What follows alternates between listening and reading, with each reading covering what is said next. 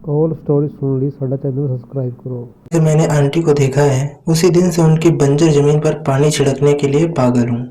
मगर आज तक मुझे वो मौका नहीं मिला कि आंटी की ज़मीन की जुताई कर सकूं। अब मैं आंटी से बात करने का कोई भी मौका नहीं छोड़ता था।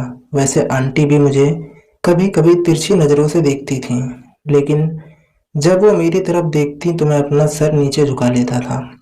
मैं उनको अंदर से बहुत चाहता था, मगर ये बात उनसे कहने से थोड़ा डर लगता था। एक दिन आंटी मुझे बुलाईं तो मैं उनके पास गया। वो बोली, क्या तुम मेरा एक काम कर दोगे? मैं तुरंत बोल पड़ा, हाँ क्यों नहीं आंटी जी, बिल्कुल कर दूंगा, बताइए क्या काम है।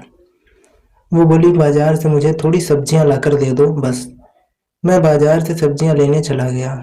मैं मन ही मन सोच रहा था, चलो कम से कम आंटी इसी बहाने मुझसे बोली तो। थोड़ी देर बाद मैं बाजार से लौट आया और आंटी को सामान देने उनके घर गया। मैंने दरवाज़ा खटखटाया, तभी अंदर से आंटी बोली, गेट खुला है, अंदर चले आओ। मैं सीधा अंदर चला गया। आंटी तुरंत उसी समय नहाकर बाथरूम से निकली थीं। उनकी ज़मीन के कुछ हिस्से खुले हुए थे। मैं उनको लगातार देखे जा रहा था। लाख कोशिश करने पर भी मैं उनके ऊपर से अपनी नज़र नहीं हटा पा रहा था। उन्होंने मुझे झकझोर कर कहा, ओ लड़के कहाँ खो गए?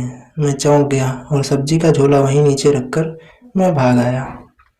रात को जब मैं सोने लगा तो मुझे बस आंटी का ही चेहरा दिखाई दे रहा था। उनको देखकर ऐसा लग रहा था जैसे उनकी ज़मीन पर बरसों से पानी नहीं पड़ा है। मैं सारी रात बस करवटें बदलता रहा, मगर मुझे नींद नहीं आई। सुबह आंटी को देखे बिना मुझसे रहा नहीं जा रहा था, तो मैं फिर आंटी के घर गया। मैं अंदर गया तो आंटी बैठकर चाय पी रही थी। वो मुझे देखकर बोली, अरे तुम सुबह सुबह, कोई काम है क्या? मैंने कहा, कुछ नहीं आंटी, वो कल आपने सब्जी मंगवाई थी तो उसमें कुछ पैसे बच गए थे, बस वही वापस देने आया था। वो बोली, आओ बैठो, मैं तुम्हारे लिए चाय लेकर आती हूँ। आंटी चाय लेने किचन में जाने लगी। भाई लोग, ये वो वाली साइड देखकर तो मुझे मज़ा ही आ गया।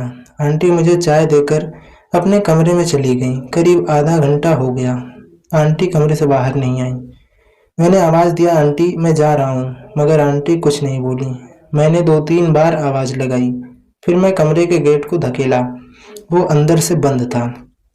गेट के ठीक बगल में एक खिड़की थी। मैंने उससे झांक कर अंदर देखा तो मेरे होश उड़ गए।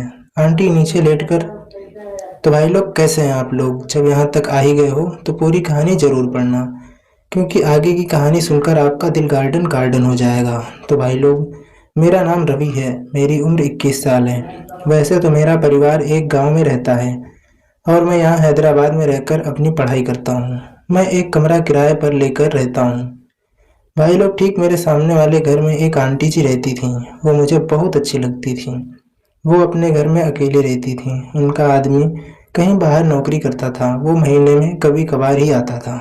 वैसे तो आंटी की उम्र लगभग 30 साल थी, मगर वो उनको देखने में लगता ही नहीं था कि वो अभी 20 साल की हैं। आंटी को जब भी कोई सामान मंगाना होता तो वह मुझसे ही मंगवाती थी। वैसे सच कहूँ तो मुझे आंटी से बहुत प्यार हो गया था। मैं आंटी को बार बार देखने के मौके तलाशता रहा।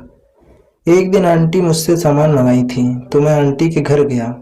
उनको सामान देने में अंदर गया तो आंटी बैठकर चाय पी रही थी।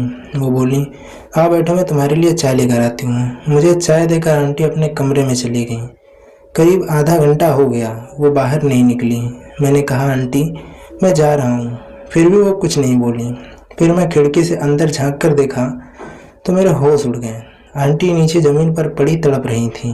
मैंने ज़ोर से धक्का मारकर दरवाज़ा तोड़ दिया और आंटी को उठाने लगा। वो टेबल की तरफ कुछ इशारा कर रही थी। मैंने टेबल का ड्रॉर खोला तो अंदर कुछ दवाइयाँ पड़ी थीं, तो मैंने